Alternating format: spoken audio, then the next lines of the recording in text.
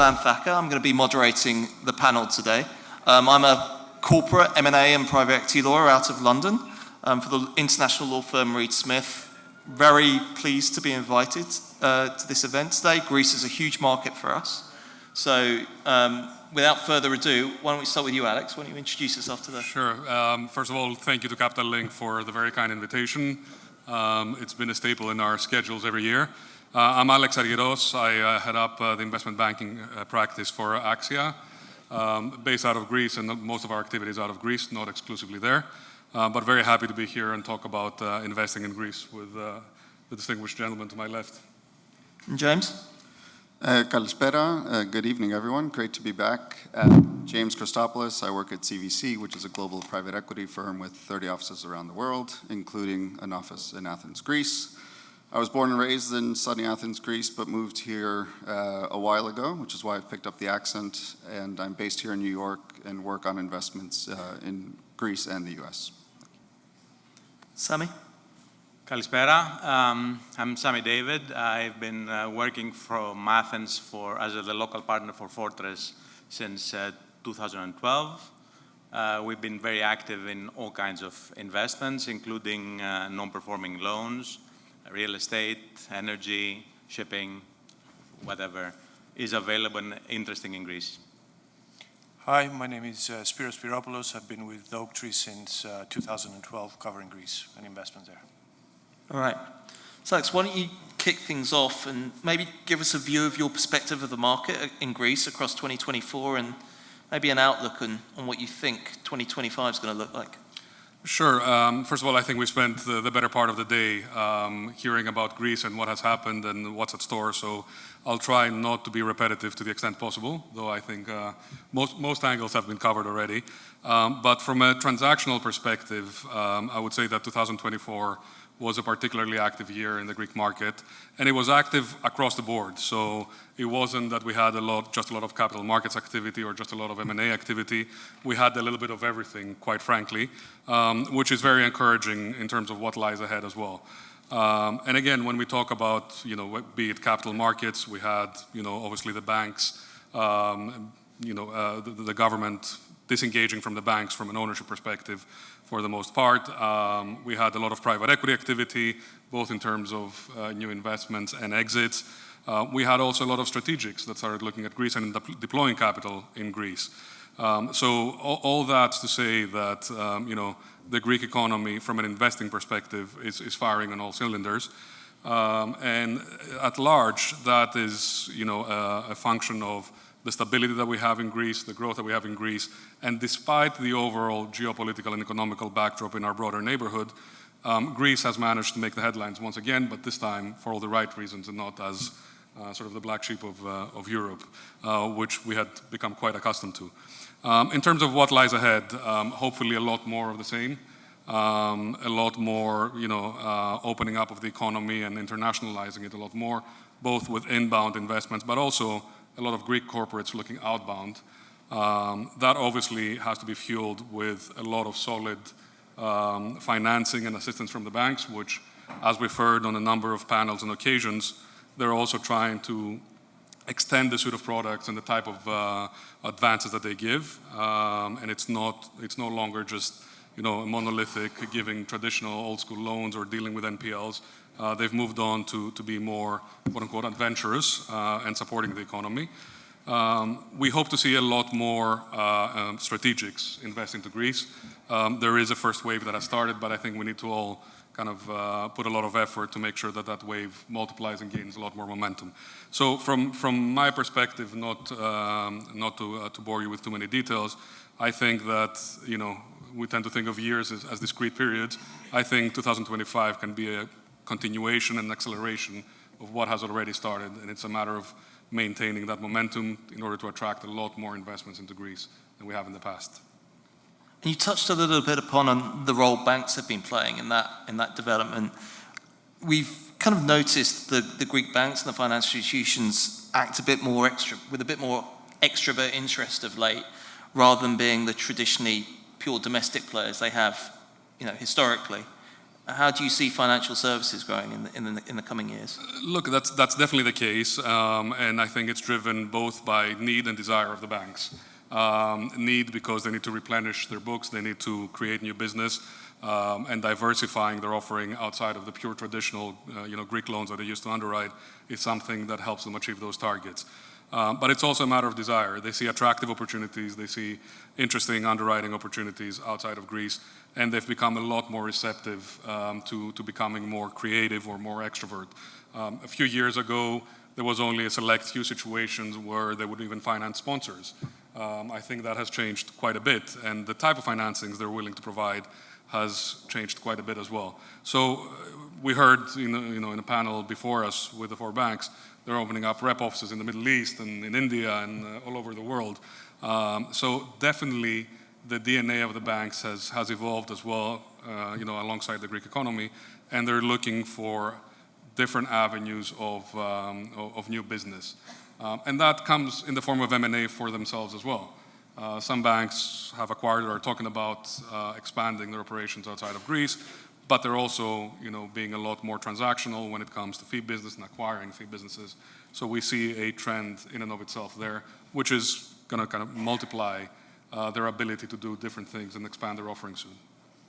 Well, as you talk about banks and acquisition finance, and kind of brings us neatly onto the private equity guys we've got on the panel here. Investments rely on leverage to a large extent. The Greek market does seem kind of different to our international markets in the sense that the financing is kind of still dominated by the financial institutions, and there's less, we see private credit less of a feature in the Greek market, certainly vis-a-vis the international markets. Do you think that trend is going to continue, or do you see there as an opportunity for private credit going forward? And I'll start with you, Spyros, yeah? Okay. First of all, we should say that the Greek financial sector is absolutely strong. The Greek banks have gotten investment grade rating. They've improved their balance sheet, and they're very much focused and have achieved in the ability to finance large-scale investments. It is true that the private credit market is not as developed in Greece as it is internationally, but in my opinion, the Greek banks are increasingly competitive, and they have the ability to provide structured financing solutions. And in that sense, with the health and the appetite that the Greek banks have, I think it's a relative competitive advantage rather than a disadvantage to have a very strong banking sector that could also collaborate with international capital and in a way provide solutions where you can have more credit in a particular transaction, whether it is an acquisition or whether it is capex or growth financing. And we've seen that collaboration already take place in Greece. We've seen Greek banks collaborate with international development banks. They've been able to finance very large strategic projects in energy, and in a way they've been able to blend local know-how together with global funding in a way that enhances the funding options that you have. And Alex, what's your take? I couldn't agree more with Spyros. As I mentioned before, the banks are looking for ways to service this part of the industry as well.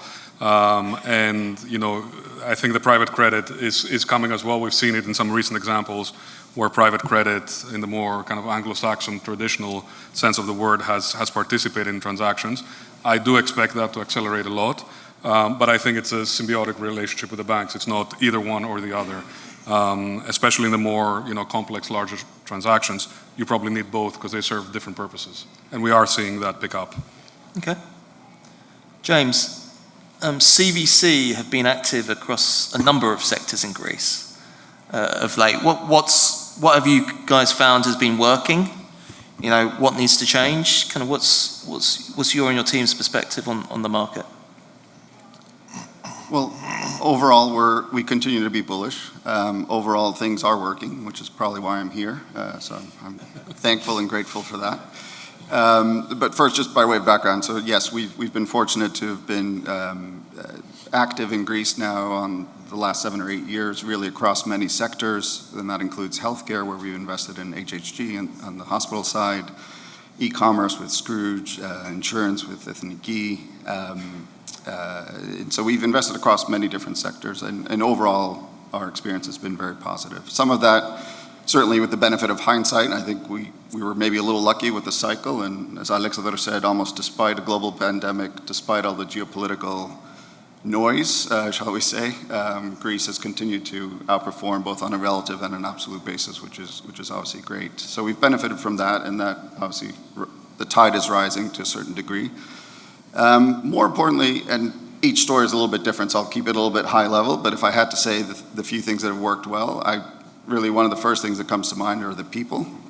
I think we've had some great partners in Greece. The management teams have been great, and interestingly, in a lot of the businesses we've invested in, it's the same people who were there before that we just brought maybe a slightly different mindset of growth, gave some incentives, and right. so it's great to see how that changes things in terms of being more ambitious, trying things differently. So that's certainly been a great experience for us. I also think internationalization, I know that's been a topic throughout the day today, but for a lot of our investment theses, we were relying on the ability to grow internationally. Greece is not the largest market, but so for example, with HHG, we were able to expand into Cyprus, which was great. With Vivarti on the food side, we've really ramped up exports to many markets, including North America. And so some of that has been good. There's definitely a lot more to do on that front. So when you think about, I know you asked about change too, certainly I think we need to get to the point where Greece has more internationally oriented businesses of scale that can participate more in the global or regional economy. So that's one thing I'm sure everyone here would love to see more of. And then, I think for all the growth, there's clearly some more changes that can happen, whether it's the judiciary, some other slow evolution that I think will continue to support the Greek economic growth over time. But overall, knock on wood, as they say, it's been a good experience so far. Okay. Well, as a healthcare kind of focused practice myself, my ears pricked up when you mentioned your healthcare investment. So what sectors, are you and Spyros feeling most bullish about in the Greek market? And are there any focus areas for you? Spyros, why don't you go first? Sure. Taking a step back, I think Greece today is a fast-growing European economy. It has accelerating foreign direct investment, decelerating unemployment, steady GDP growth. So this has opened up the potential sectors that are attractive for investment. I think for me, looking ahead, what could be interesting is tourism and hospitality, and maybe that's something that we've done in the past, so that could be around too. Greece is obviously a global premier destination. It has an increasing share of large-scale investments, and I think investors today, they are focusing on upgrading infrastructure, on developing high-end resorts, and creating experiential differentiated type of products. And I think I can think of several examples of existing assets that exist today, but also ongoing projects that are ripe for development and could become the successful tourism ventures of the future. So I think that's one sector. I think healthcare, like you mentioned, Milan, as a continued opportunity there. We have aging demographics, which is unfortunate, but it's a reality. We have rising income levels with all that has taken place over the last few years. And we have a constant demand that we see for modern facilities and specialized care, and that creates opportunities in the sector for investment. And I think also, thinking for the many years ahead, I'd like to think of medical tourism. It's still in its infancy today, but looking ahead, we can almost sense that it is starting. So it could be, it could expand the potential of the sector overall.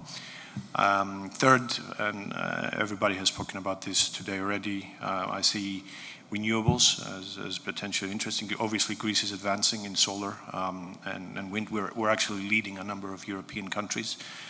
The mix, the share of renewables in the energy mix is very impressive. The government is committed to decarbonizing. I read somewhere that we had the steepest decline from lignite than any of our OECD peers. That is also coming with upgrading of the infrastructure, and there's a lot that will take place on the battery space. So that creates opportunity, and I think we've seen opportunity for investment, and we've seen the recent transaction on this that closed from Masdar, but also in niche sectors. I think, for example, Astypalia, which is a little-known small island in Greece, I think is becoming a European model for e-mobility and green energy in collaboration, public with private sector. And of course, technology, which is a big bet, I think, for Greece, where there's a growing startup ecosystem. There's a lot of government incentives that are taking place. I think some were announced very, very recently, maybe as early as yesterday. And that is driving capital to come to the sector. And this is driving hubs, innovation hubs to create themselves. And we've had, of course, recent investments by giants like Microsoft, Amazon, and many others who are creating such tech hubs in Greece, and that's great news, and are critically investing in cloud infrastructure in Greece and data centers. And then within technology, I think there's also interesting space of IT services, and there's growth there that is taking place as a result of the country digitalizing with all the efforts that the government is doing, but also the private sector as well. And I think that is attracting capital as well. And this is just a snapshot of ideas that I have. Like in the past, Greece has surprised us with the breadth of opportunities that come. Okay. The PE industry have had some kind of very successful exits over the last few years. I'm showing my healthcare bias. I might mention Pharmacon and Pharma earlier this year to Moderator and Pharmathon to Partners Group. But there have been many more beyond that. How do those act in terms of precedence for your view of the market in Greece, and how do you factor exit opportunities into your analysis? Sure. First of all, I should say that the investment environment in Greece has improved steadily over the past few years. The liquidity conditions today, I think, are the best that we have seen in the 12 plus years that we've been investing in the country. The market has developed, has matured, has more depth and breadth than in the past, and it attracts a diverse pool of investors. I think now we see, like Alex mentioned before, foreign strategic buyers investing in energy and infrastructure. We have sovereign wealth funds. We exited to one in tourism and energy. You have infrastructure players investing and looking to invest in core and core plus assets. You have private equity funds like ourselves looking to invest in a number of corporate sectors. And I think importantly, you also have the emergence, and that was not there many years ago, but you have the emergence of the local investors, the local buyers, whether they are strategic or financial.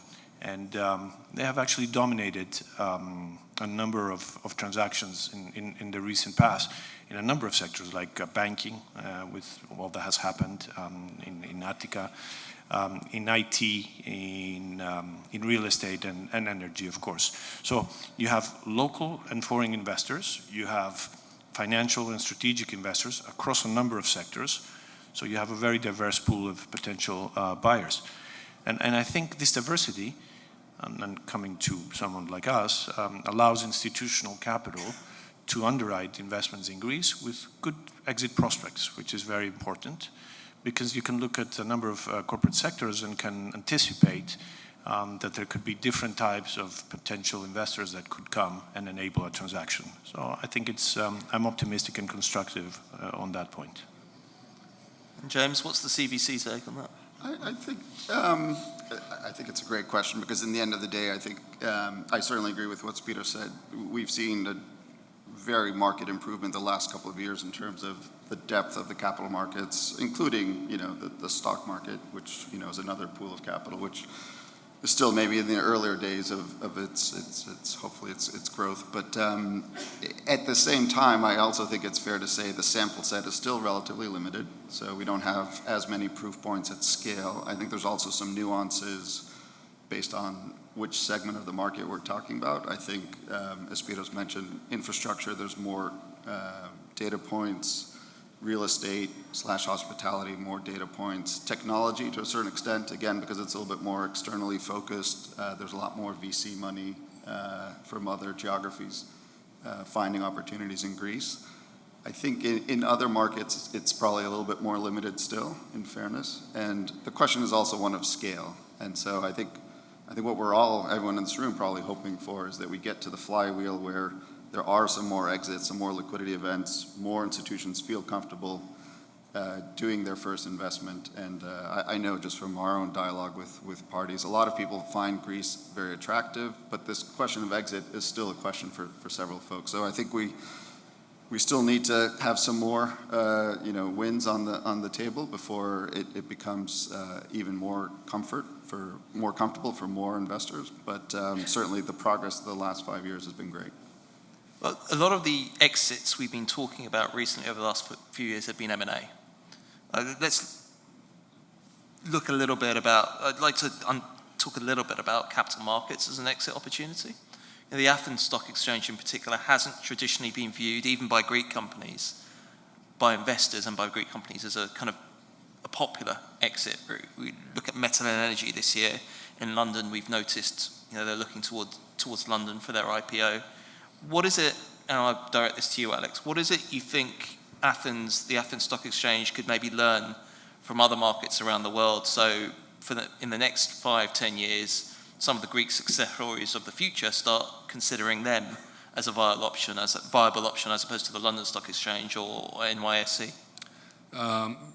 Look, there's a lot of ways to think about it, but at the end of the day, it's not just about what the Athens Stock Exchange or any single peripheral stock exchange can do. It's about the way the tide is going, to paraphrase what James was saying before. And at the end of the day, for scalable investments to realize an exit through the stock market, they need very deep liquidity and a very deep investor pool. Because it's not only a one-off transaction and you've exited. In most of these scalable situations, especially private equity backed, you are going to need a series of transactions to be able to talk about an exit.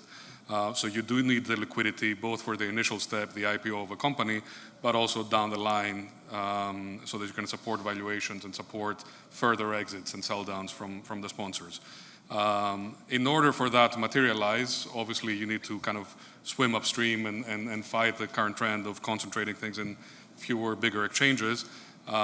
We do need more reforms to enable more local funds, equity funds, to be available for the stock market. Most of the local capital is directed towards credit and fixed income rather than the equity capital markets. But besides that, I think it's just a matter of making it seamless and easy for the global pools of capital, because no matter what Greece does, the global pools of capital are going to be much, much larger than what's ever going to be available domestically in Greece. You just need to make it seamless and easy for those people and those fund managers to be present and active in the Athens Stock Exchange. And that's the only way you can get to liquidity levels that can support, the billion-euro transactions or the multi-billion-dollar euro transactions. Today, we're just not there. Yeah. Okay. Well, let's move on. Samy, to you and some of the activity with Fortress in the market. You guys have been one of the biggest NPL investors in the market of late.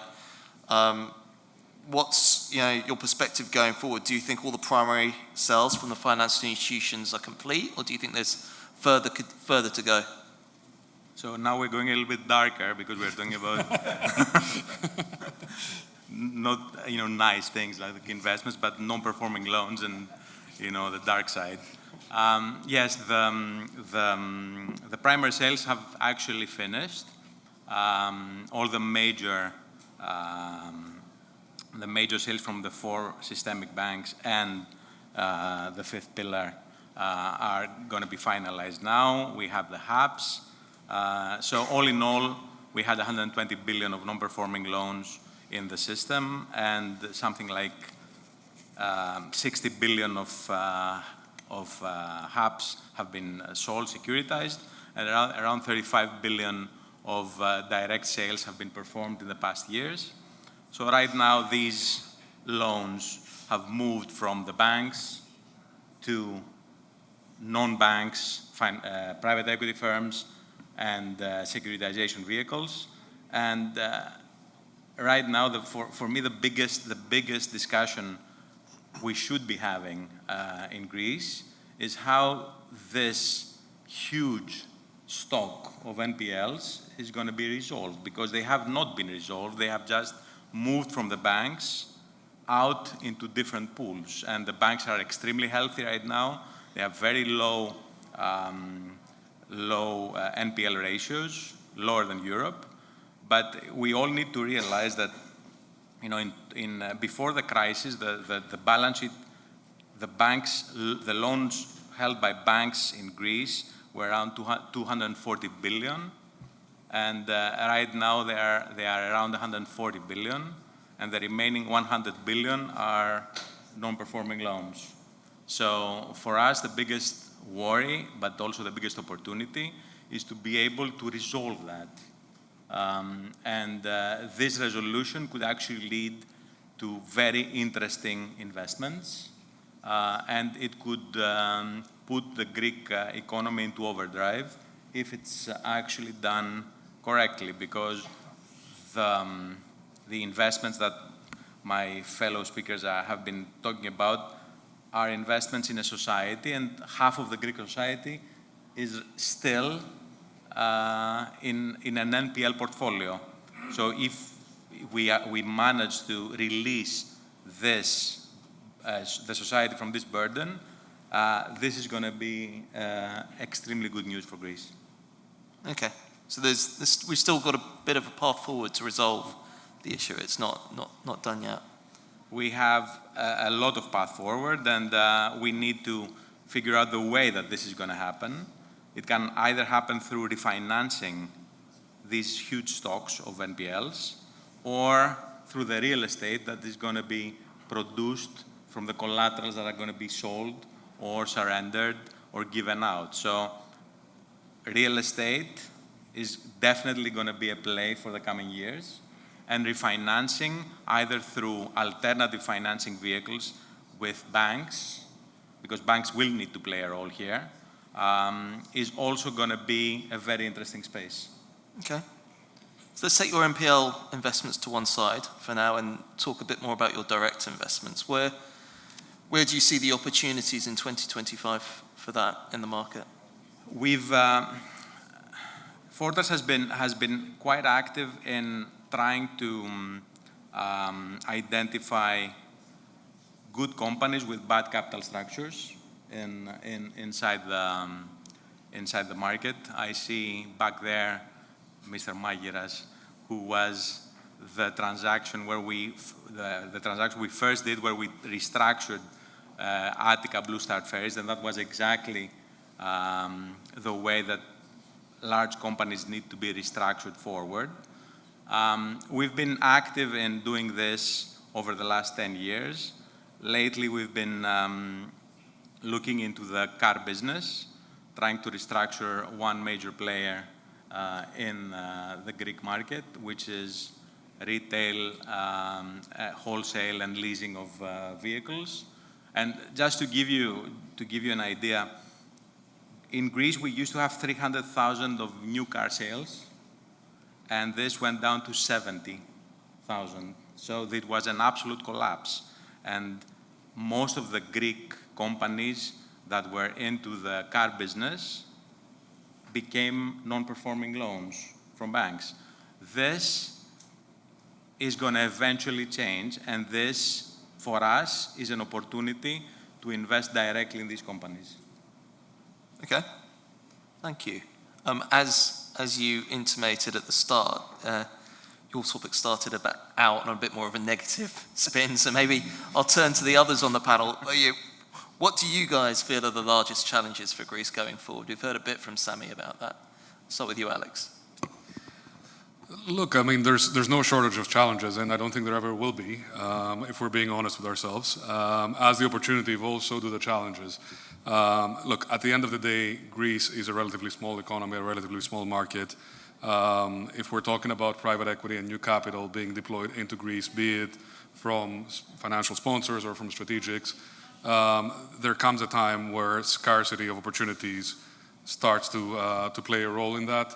The liquidity in the market, no matter which angle you touch it from, can be an issue. And at the end of the day, Greece has been extremely successful of being insulated from the overall, both geopolitical, economic, and otherwise backdrop in our broader neighborhood that could very well change in the future, right? And if you have investors from abroad that are facing their own issues, their attention and their energy to look at other countries and other jurisdictions may diminish in the future. Now, a lot of these things are things that are outside of our collective control, but I do think it takes a lot to build up the credibility, it takes a lot to build up the momentum. It doesn't take a lot to bring the house down at the end of the day. We saw that in the recent past in Greece. I'm not trying to be the bearer of bad news, and I don't foresee that happening in the near future. But in terms of key concerns, that's something we always have to be vigilant about and not to kind of let our guard down, because we know what that can lead to. We've all been through it. And maybe Samy would have been happier with some more crisis, but I think there's plenty of opportunities as it is. And I think we all prefer to work in more stable environments and find the right opportunities there rather than anything else. So I think that's my take on that. And James? Yeah, I guess I would, not at the risk of repeating some of the stuff, we certainly still have to deal with debt, broadly defined, whether it's at the NPL, corporate level, personal level, country level. I think we're obviously in a much better spot, but there are some question marks on the horizon longer out. So there's all those topics that haven't gone away magically. So you don't want to be naive about that.